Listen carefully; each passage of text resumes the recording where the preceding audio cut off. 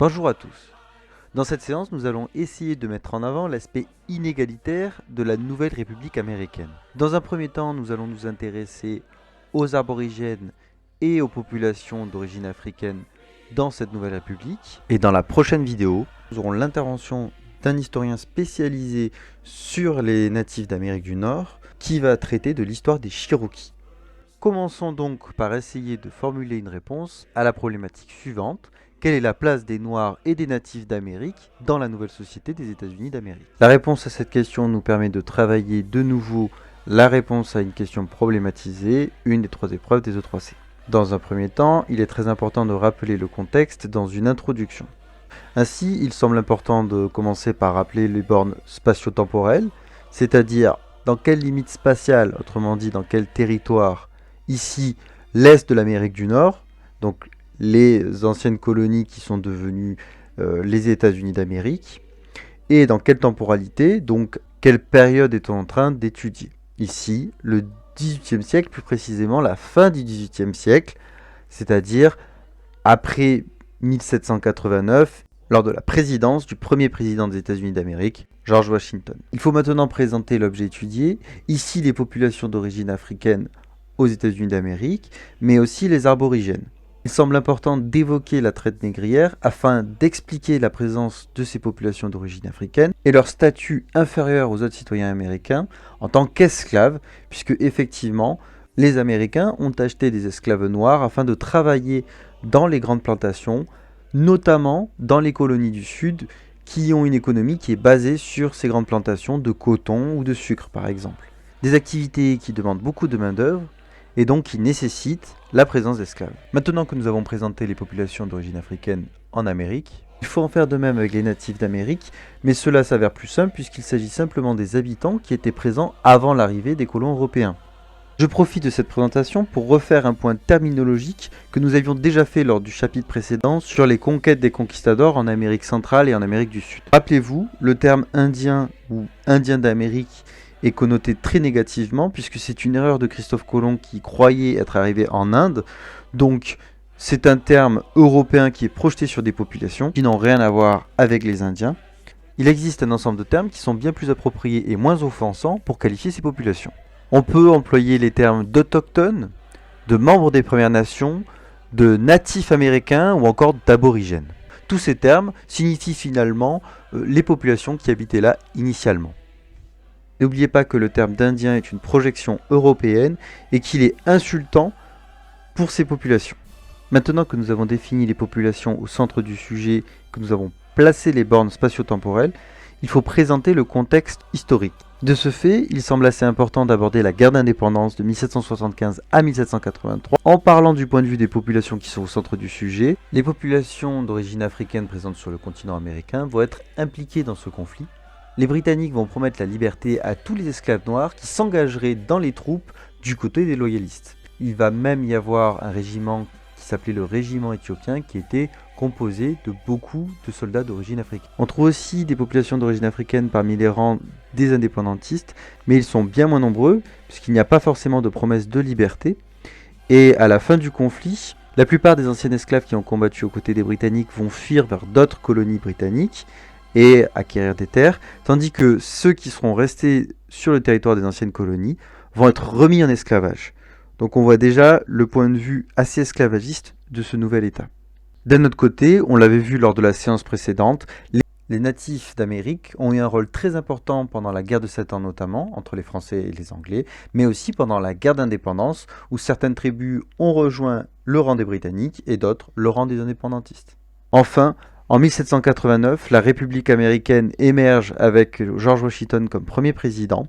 Le régime très novateur pour l'époque essaye de mettre en place les droits naturels, les droits des hommes, l'implication des populations africaines et aborigènes dans le conflit, ainsi que la mise en place d'un nouveau régime qui se veut plus démocratique, laisse espérer des avancées des conditions de vie et des conditions sociales de ces populations dans ce nouvel État.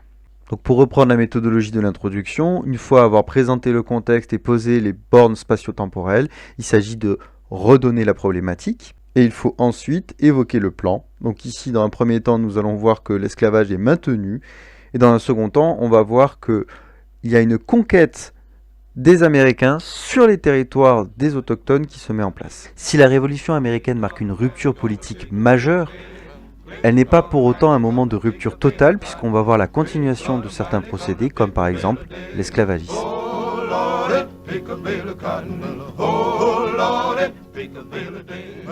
En effet, dans cette toute jeune république, les esclaves sont des citoyens américains, mais ce sont des citoyens de seconde zone qui ne disposent pas des mêmes droits que les autres.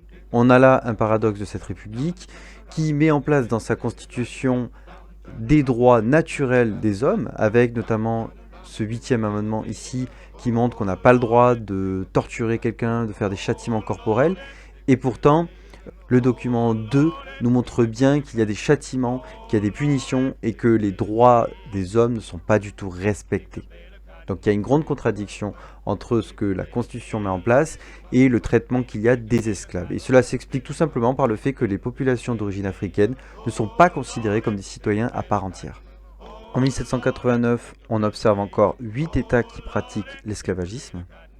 La persistance de l'esclavagisme s'observe tout simplement avec le document 1 où on voit une publicité qui annonce la vente d'esclaves. Si la publicité pour la vente d'esclaves met en avant le statut d'objet qu'ont encore les esclaves à la fin du XVIIIe siècle, ce témoignage d'un ancien esclave met en avant la maltraitance qui a lieu dès l'arrivée des esclaves aux États-Unis d'Amérique et lorsqu'ils rentrent en possession d'un maître, avec des tâches pénibles, mais aussi avec des maltraitances, comme le montre l'exemple de la domestique, qui avait subi un châtiment très cruel. Le maintien de l'esclavagisme est donc une grande contradiction de cette nouvelle république qui se veut vectrice des droits humains.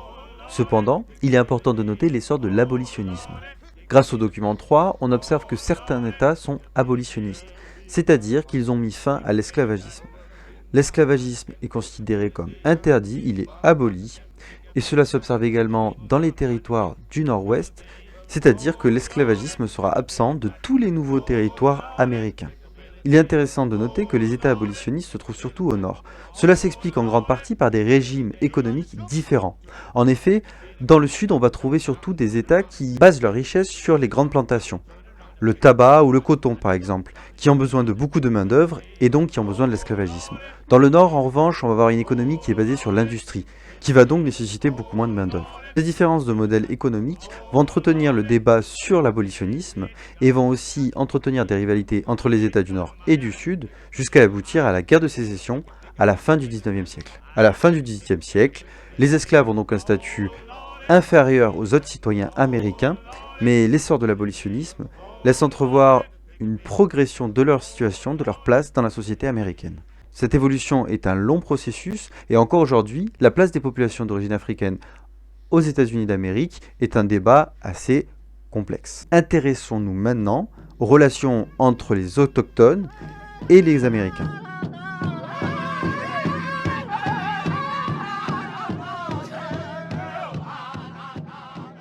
Pour les Américains, les aborigènes sont des sauvages. Ils ne sont pas civilisés et ils ne peuvent à aucun moment être considérés comme des citoyens américains. Les États-Unis d'Amérique ont donc une image très négative des natifs américains. Dans le document 4, on voit l'emploi du terme sauvage qui est donc très péjoratif avec cette idée que les populations natives ne sont pas civilisées. On a un ensemble de sources qui mettent en avant le fait que les Américains étaient effrayés par de nombreuses pratiques des aborigènes. Il est important de rappeler la fracture culturelle qui régnait entre les Américains et les indigènes. Un choc des cultures que nous avons déjà étudié lors de la rencontre entre les précolombiens et les conquistadors espagnols. Les natifs sont considérés comme des sauvages et ils sont exclus de la citoyenneté américaine. Cela s'observe particulièrement dans le document 3, où l'on voit que les populations d'aborigènes ne sont pas imposées. Donc s'ils ne sont pas soumis à l'impôt, c'est qu'ils ne sont pas considérés comme citoyens et ne bénéficient pas des services de l'État. D'autre part, dans le dernier paragraphe, on voit que les tribus indiennes sont traitées par le Congrès de la même manière que les nations étrangères. Le document 4 réaffirme cette idée que les indigènes ne sont pas soumis aux mêmes droits et aux mêmes obligations que les autres Américains, donc ce qui affirme leur non-appartenance à la citoyenneté américaine. Le document 5 illustre aussi cette considération des tribus indigènes en tant que nation étrangère, puisqu'on voit un général qui représente les États-Unis qui est en train de négocier un traité avec les indigènes, donc comme ferait un général d'une nation avec un chef d'une autre nation. Les natifs d'Amérique vont donc être considérés comme des étrangers, et les citoyens américains vont empiéter sur leur territoire de manière perpétuelle. Cela passe par deux manières, une appropriation qui est considérée comme légale et par une conquête militaire. Ainsi, par rapport au territoire initial des États-Unis d'Amérique qu'on voit ici en rose foncé, on voit une large progression vers l'intérieur des terres et en 1595, de nombreux peuples ont été annexés. On verra plus en détail leur traitement dans la seconde partie de cette séance. Le document 2 vise à mettre en avant que les Américains se sont octroyés les terres des indigènes en toute légalité. Dans ce document, on apprend aussi que la population des natifs a extrêmement réduit à cause des maladies, la petite vérole, mais aussi de l'alcool qui est diffusé par les Européens. Ici, Thomas Jefferson essaye de mettre en avant le fait que les Américains ont acheté en toute légalité en mettant en avant des preuves d'achat. Seulement, il faut se rendre compte d'une grande différence entre les Européens et les populations natives d'Amérique, c'est que les natifs d'Amérique n'ont pas de conception de la propriété. Bien sûr, ils vont se battre pour avoir un accès aux zones de chasse ou de pêche, par exemple, mais ils n'ont pas de titre de propriété et surtout, ils ne conçoivent pas qu'on puisse s'approprier la terre. La terre est à tout le monde dans leur conception, et ils ont donc un rapport avec le territoire qui est très différent. Chaque peuplade va avoir des conceptions différentes par rapport à ça, mais ils n'ont pas de conception de propriété de la terre, ce qui est à l'inverse la base des sociétés européennes. De ce fait, on peut remettre en question la légitimité qui est avancée par Thomas Jefferson sur l'achat des terres, puisque les indigènes n'ont pas dû comprendre le marché qui leur était alors proposé. Enfin, l'avancement des Américains sur les territoires indigènes, c'est avant tout fait par la guerre. Cela s'observe dans le document 5, où on voit un traité qui est défavorable pour les indigènes. Les natifs d'Amérique qui étaient perçus comme des sauvages étaient aussi perçus comme un danger pour l'expansion des Américains, ce qui a donné lieu à de nombreuses guerres entre les différentes peuplades indigènes et les Américains. Américains qui bénéficiaient d'une supériorité technologique et d'une nation unie, à l'inverse des peuples indigènes qui étaient composés d'une myriade de petites tribus, de petits peuples.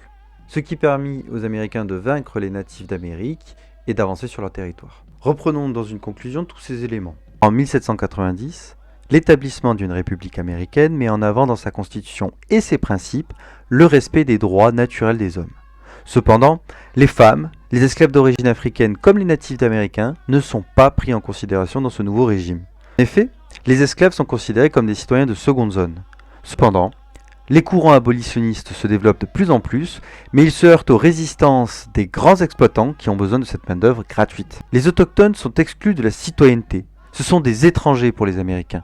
Plus encore, ce sont des sauvages dangereux. Cela justifie l'expropriation perpétuelle des terres autochtones par les Américains.